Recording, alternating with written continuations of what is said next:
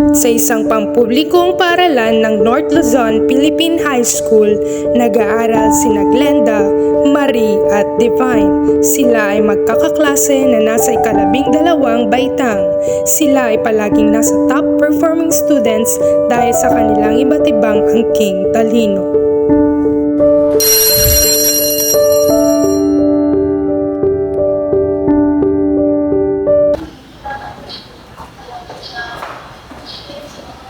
Good morning, class. Good morning, ma'am. Sila ay matatalino, magagaling at masisipag na mag-aaral ng North Luzon Philippine High School. Aktibo sa klase si Divine. Siya si Divine, isang mayaman at matalinong bata. Siya naman si Marie, isang mahirap na bata. Bagamat siya ay napakahusay, napakasipag at napakatalinong bata sa klase. Ngunit minsan, sa loob ng klase, siya ay napakamahiyaing bata.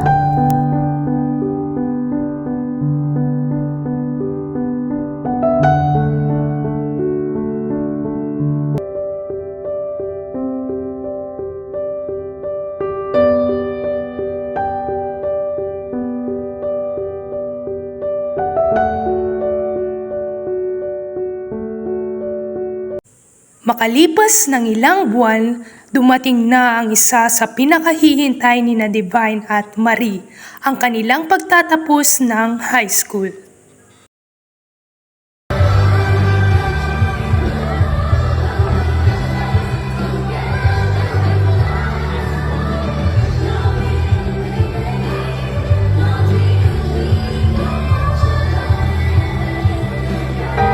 Dahil sa kanilang dedikasyon sa pag-aaral, nagtapos si Divine bilang with honors habang si Marie pinarangalan bilang with highest honor.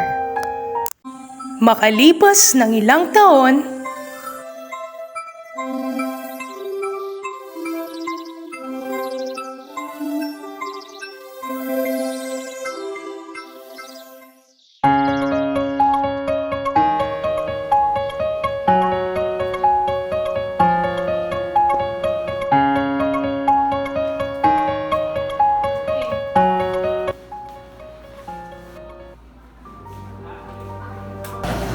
Marie, ikaw na ba yan? Oo, kamusta ka na? Eto, okay lang naman. Nakapagtapos na ng pag-aaral. Summa cum laude. Ikaw?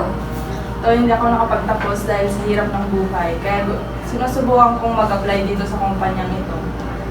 Ay, siguradong ako ang makukuha dito. labis na nasaktan at nalungkot si Marie sa mga sinabi ni Divine. Good morning, sir. Good morning too. May I have a seat? May I have your resume and credential? Here, sir. Oh, graduate ka pala sa De La Salle University as a summa cum laude? Yes, sir. Oh, galing. Surely matatanggap ka sa kumpanyang ito dahil sa iyong mga credentials. Of course, sir. Okay, we'll call you. Okay, next. Magandang umaga, sir. Good morning. Have a seat. May I have your resume and credentials?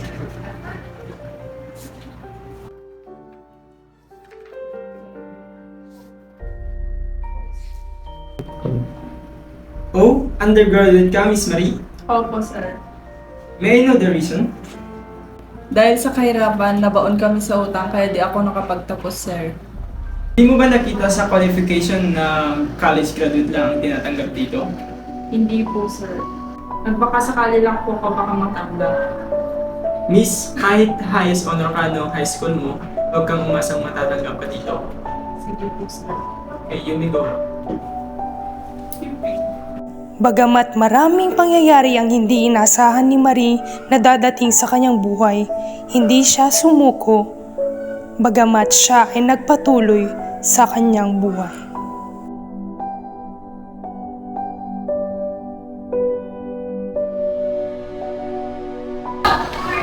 Hey, Marie, kumusta naman yung interview mo noong nakaraang araw? Natanggap ka ba? Ako kasi natanggap na. Ayos lang naman. Hindi kasi ako natanggap kaya naghahanap ako ng ibang pag mag-a-applyan. Ay, good luck! Kahit ganon ang kanilang pagtrato kay Marie, mas pinili niyang maging mapagpakumbaba dahil alam niya na hindi isa ang panahon.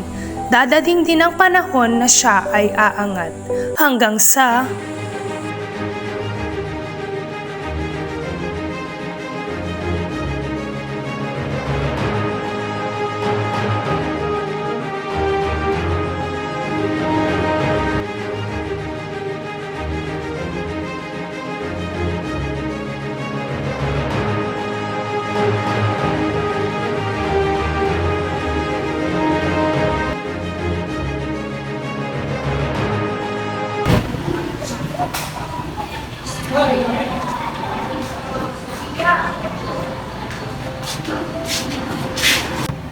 Pa-order na ako?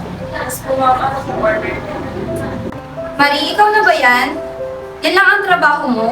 Sa bagay, dyan lang din naman ang bagsak mo. Ma'am, may tumatawag po. Darating na daw po ang stamps natin. Teka lang. Ano nga po ulit yung order niyo, ma'am? Teka. Ano na nga ulit ang trabaho ni Marie dito?